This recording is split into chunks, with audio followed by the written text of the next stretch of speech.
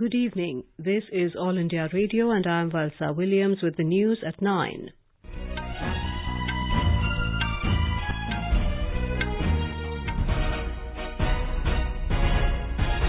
The headlines.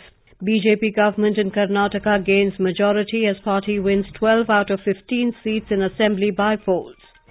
Parliament passes recycling of ships bill.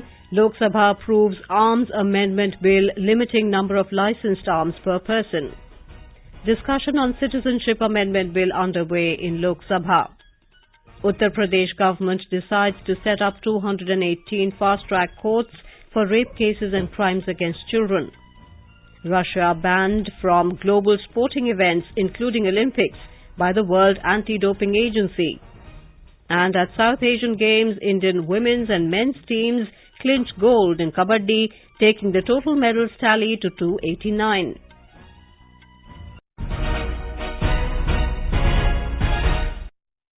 The ruling BJP in Karnataka has registered an emphatic victory by winning 12 of the 15 seats in the by-election, thereby gaining the majority in the state legislative assembly. The Congress bagged 2 seats and an independent registered victory in 1.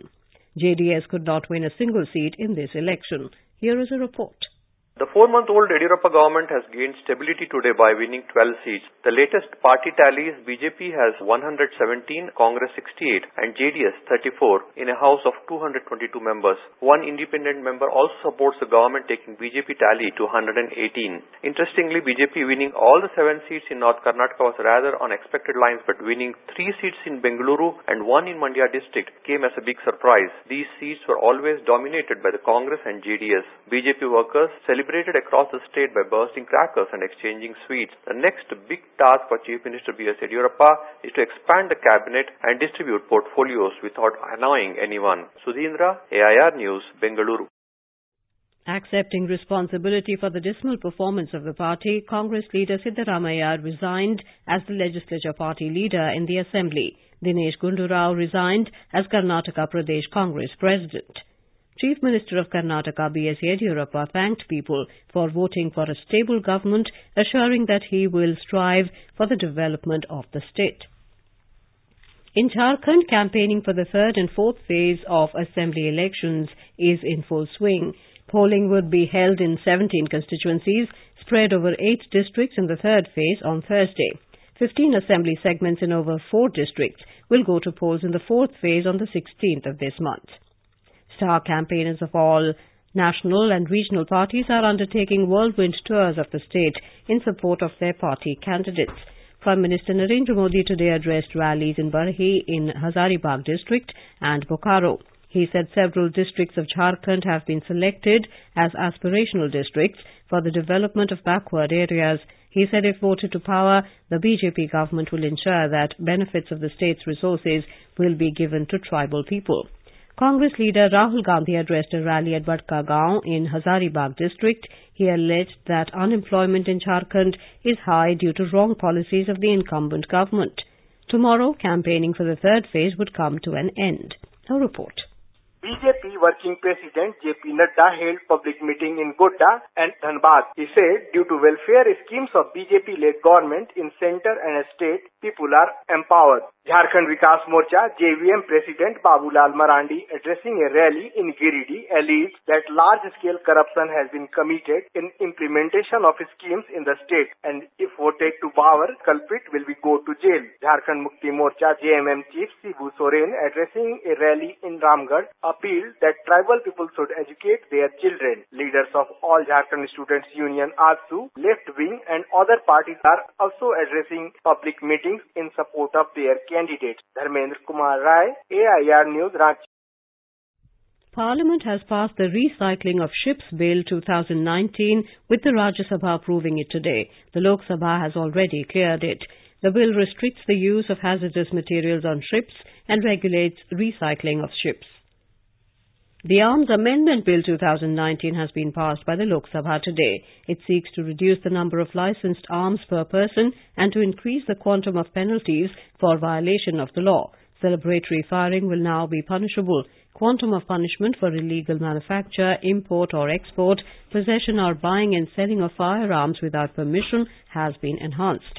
license period for firearms would be increased from 3 to 5 years. Replying to the discussion on the bill, Home Minister Amit Shah rejected allegations that it is aimed at appropriating the powers of the states.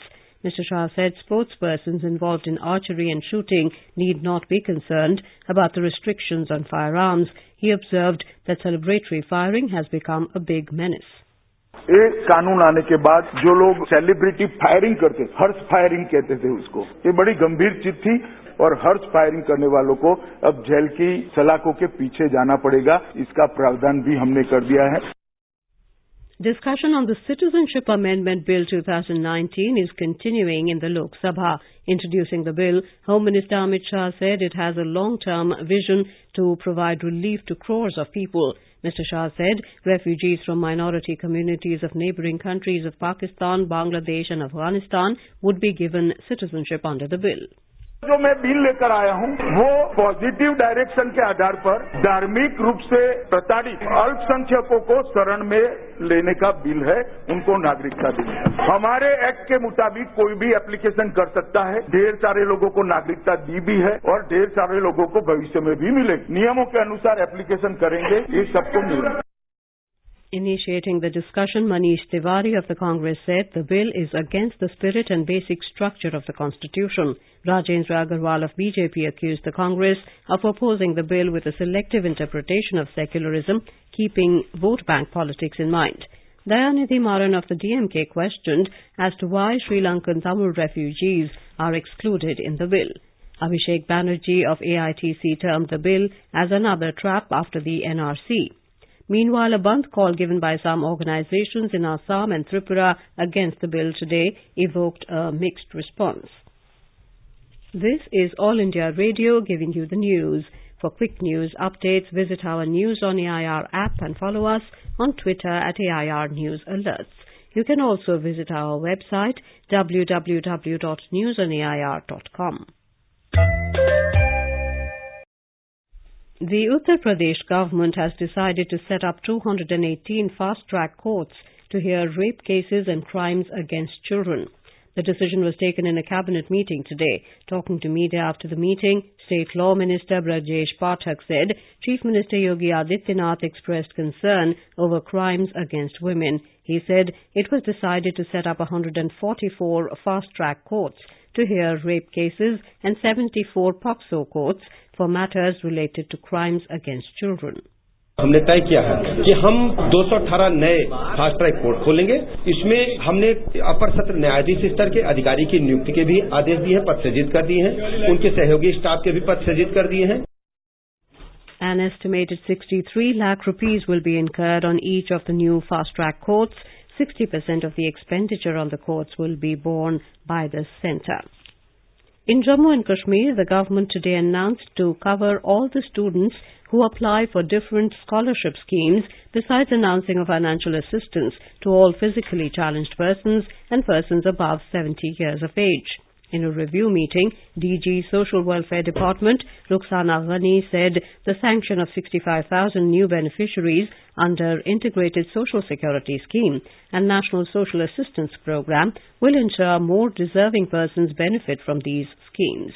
The last date for filling of National Scholarship Scheme forms has been extended till the 31st of this month to cover more deserving students.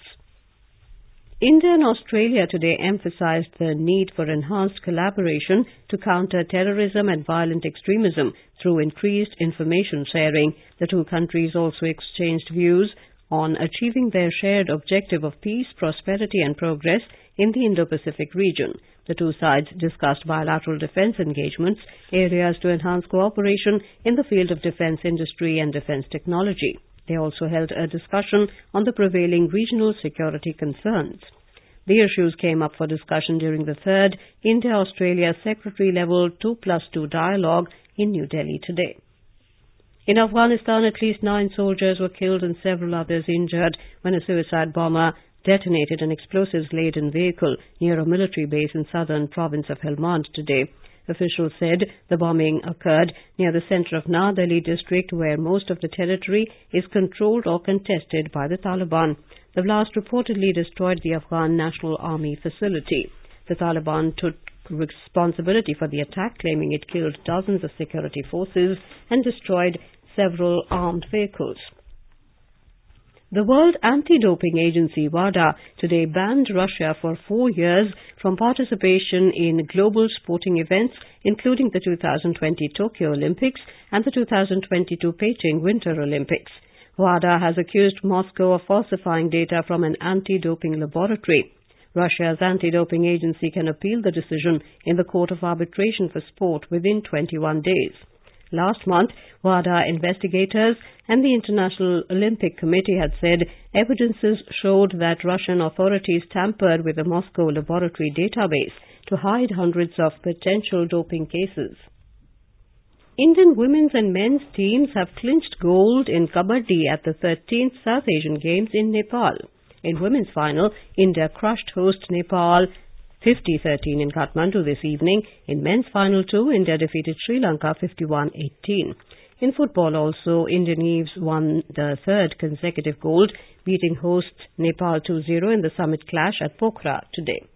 On the second last day of the Games, India was on top of the tally with 294 medals comprising 158 gold, 92 silver and 44 bronze.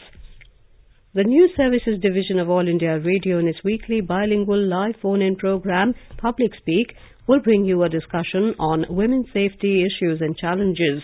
This can be heard on FM Gold channel and additional frequencies from 9:30 p.m.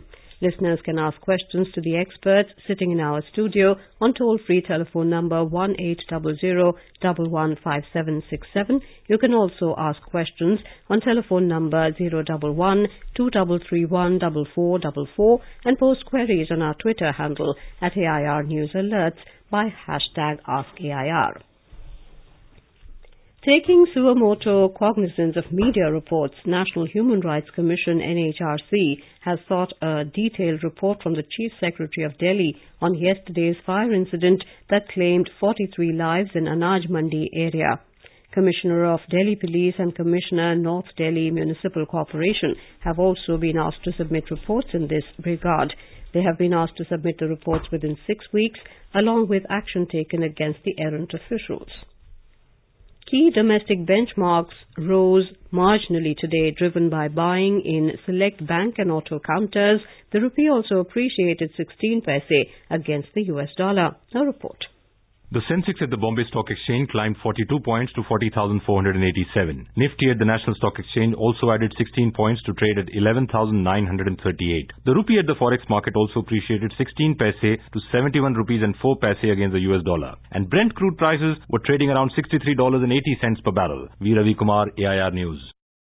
The government has taken a decision for in-situ redevelopment of over 378 JJ clusters in Delhi with a Jahan Juggi Wahan Ghar initiative. Housing Minister Hardeep Singh Puri today said Delhi Development Authority DDA has taken charge of 378 JJ clusters and their survey process is in progress. He said very soon tenders will be issued for 5 clusters.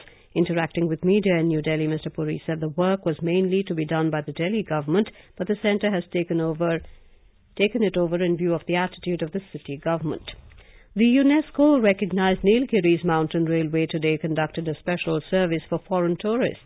71 tourists from several countries, including USA, UK and France, travelled in this special steam engine service from Kannur to Ooty. They were presented with special mementos and gift hampers, as well as replica of the original Edmonton-type cardboard ticket.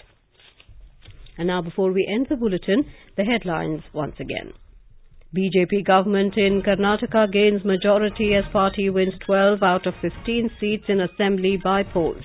Parliament passes recycling of ships bill. Lok Sabha approves arms amendment bill limiting number of licensed arms per person. Discussion on citizenship amendment bill underway in Lok Sabha. Uttar Pradesh government decides to set up 218 fast-track courts for rape cases and crimes against children. Russia banned from global sporting events including Olympics by World Anti-Doping Agency. And at South Asian Games, Indian women's and men's teams clinched gold in Kabaddi, taking the total medals tally to 294. And that is all in the news at 9. Good night.